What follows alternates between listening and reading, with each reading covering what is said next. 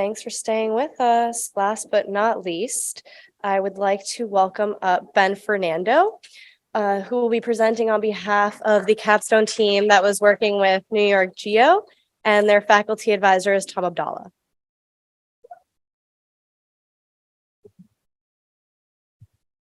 All right. Hello, everybody. My name is Ben Fernando, as Chandler mentioned, and I'm presenting on behalf of my group looking at the role of ground source heat pumps in the state of New York. Before I begin, I would like to quickly go over what I plan on discussing. I will start with a team and client overview, followed by introducing the problem of heating and cooling as it currently exists in the state of New York, and our team's proposed solution of utilizing ground source heat pumps to address that problem. I will then get into our research and finish with our final recommendations to our client. I would like to take this moment to thank my wonderful team who did an amazing job this semester, led by our faculty advisor, Tom Abdallah. So getting into it, our client this semester was NY-GEO, also known as the New York Geothermal Energy Organization. And they are a not-for-profit trade association dedicated to supporting the geothermal heat pump industry in the state of New York. For clarification, their focus is not on geothermal energy and technology as it pertains to the production of electricity.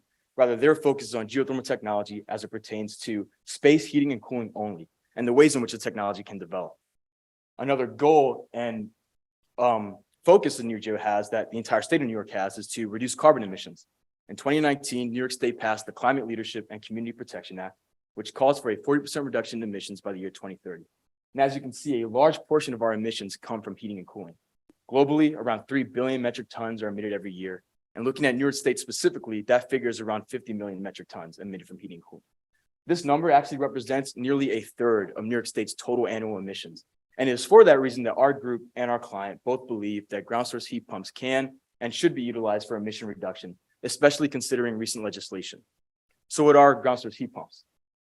Ground source heat pumps are heating and cooling systems that rely on the constant underground temperature.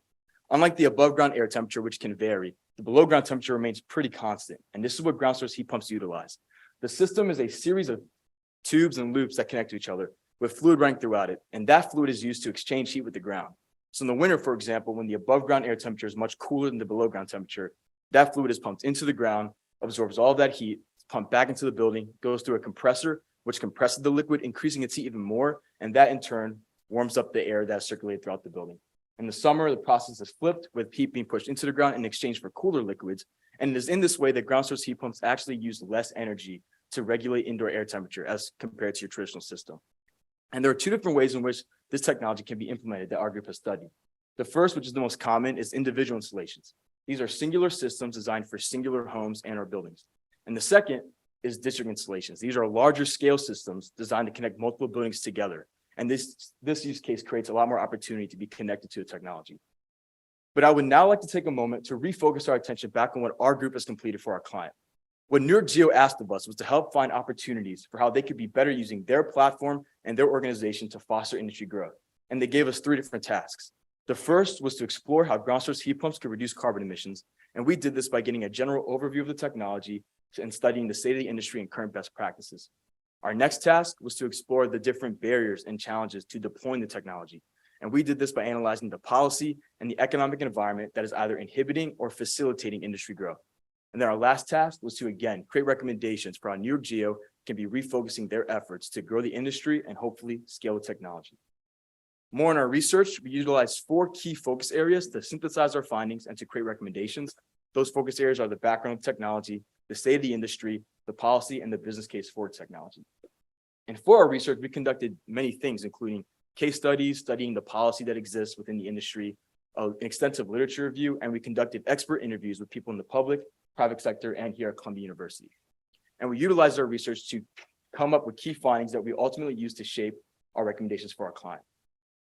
So some important key findings revolve around the barriers to the technology. For starters, ground source heat pumps are extremely expensive. There are high installation costs, installation difficulties in regards to retrofitting, drilling, and a very lengthy and complicated permitting process, which we believe actually discourages the use of the technology. We've also seen that there's uncertain market potential due to these high costs, and that within the industry, there's a lack of workforce. But overall, we've seen that there's a general lack of understanding and awareness around the technology itself, the benefits the technology has, and the policy that surrounds the technology, making it more accessible. Some other key findings, however, include just how efficient the technology is. and how that efficiency can result into up to a 75% reduction in carbon emissions. We've also seen that larger projects create economies of scale, driving down costs, increasing accessibility, and increasing opportunity to be connected to the technology. The district installation use case does all of these things. And we've also seen that there's plenty of policy and incentives that actually exist that are currently facilitating the growth in the industry. For example, in August of this year, the Inflation Reduction Act was passed, and through this, consumers are eligible for up to a 30% tax credit for installing a geothermal system. You can couple this federal incentive with a state incentive. New York State has their own tax incentive for installing geothermal. And you can couple both of those with a local incentive. Depending on where you live in New York State, you may be eligible for up to a $5,000 rebate. And all the different combinations of the available financial incentives can cut the upfront cost of installing an individual system by nearly half. And then you're yielding annual savings due to the less energy usage of the system.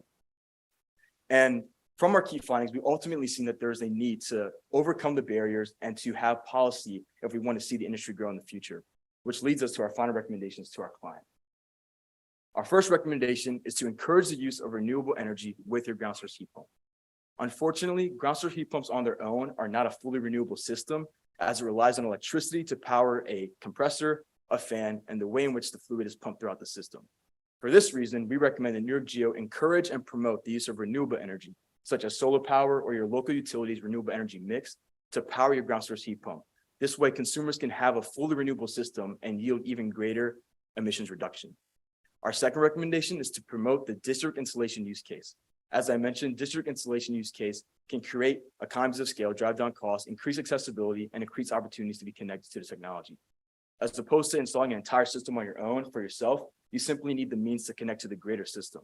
But unfortunately, all the policy and financial incentives I have thus far mentioned only exist for the individual installation use case. And for that reason, we recommend that NY-GEO promote and help create public-private partnerships to develop this use case.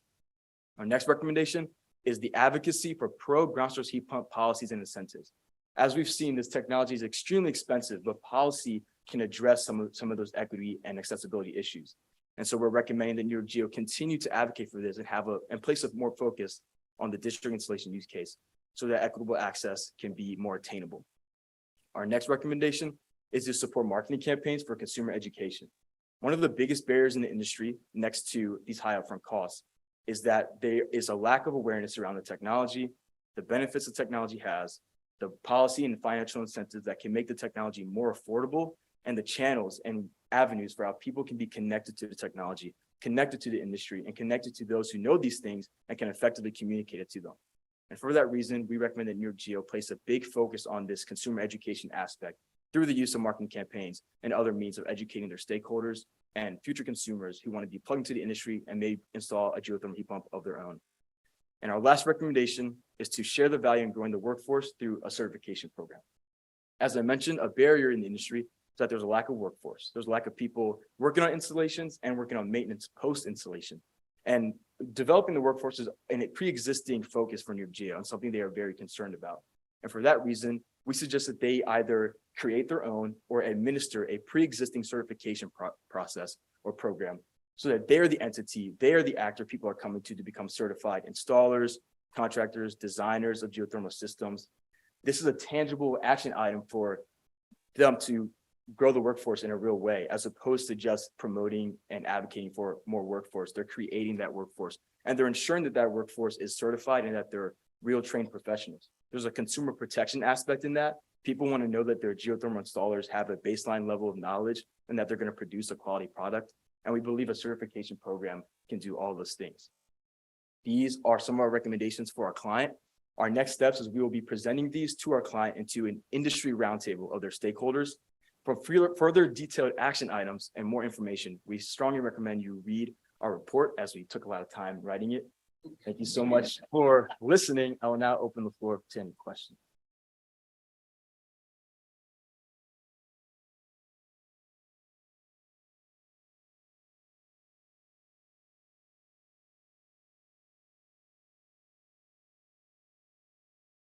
Given the scale of this technology, did you look at where it would be applicable or more applicable or easier to install urban environments, dense urban environments versus less dense urban environments? Yeah, absolutely. the biggest sort of opportunity for these technologies is certainly in the case of New York, upstate New York, and where there's more area. It's certainly possible to do within an urban environment. However, you're very limited on what you can do. In the case of an urban environment such as New York City, you're looking at a much deeper system, which digs like farther into the ground. And there's just a lot more intricacies to that as opposed to a more shallow system, which is more easy to implement in somewhere where you have ample space like upstate New York. However, it is possible, but for the growth of the industry, we foresee it being more implemented in areas where you have more space to install technology.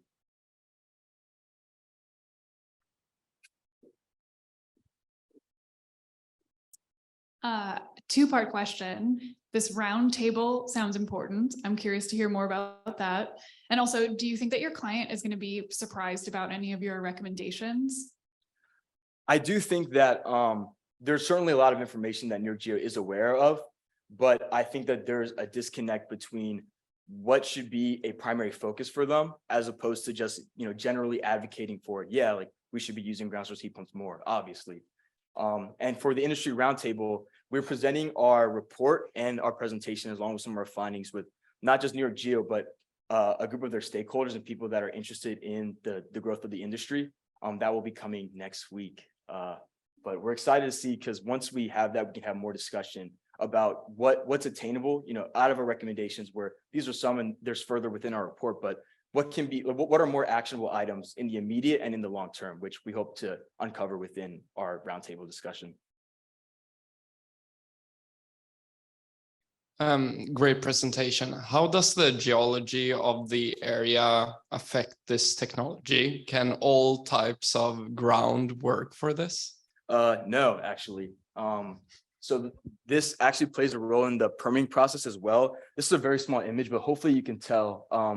To have a permit to construct a geothermal system, there needs to be an environmental and geological review of your site to determine whether it can even support the technology. And certainly there's a number of options to install technology depending on your site-specific case. There's different ways as opposed to like installing a tube system that is horizontal as opposed to vertical. And there's different combinations of technology to make it more practical for where you live, where you're trying to install it. But certainly geology does play a role in what is an option for you when you're installing your own system. Hi, super interesting presentation. I was curious to know, you're talking about like the installation and the gap in workforce. Did you evaluate the maintainment of these systems? Is that like an entire different workforce that would have to be built out? In regards to Like the maintenance, you said one of the biggest gaps was maintenance? or like we're talking installation, educating and everything. But in terms of maintenance for me, like if I owned a house, I'd be scared about that. Is that something that you guys exploring? Yeah, certainly. For all the installations and post-installation, including, the cost savings you're going to yield and the expected cost that you're going to spend to maintain your system and to just manage it. Certainly things that we've talked about in our report as it pertains to NY-GEO. This is where something like consumer education is very important, because if you're interested in installing a system, these are questions you want to be answered. And we believe that NY-GEO should be better using their platform so that there isn't that disconnect and people are aware of this before they try to tackle installing a heat pump of their own.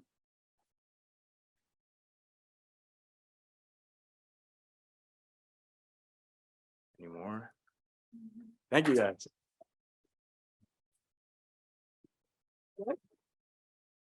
So that does conclude our capstone workshop final briefings for this semester. But before we go, I would like to take a moment to thank all of the faculty advisors that worked so hard with these students. These projects would not be possible without you and the clients. So big round of applause for the faculty advisors.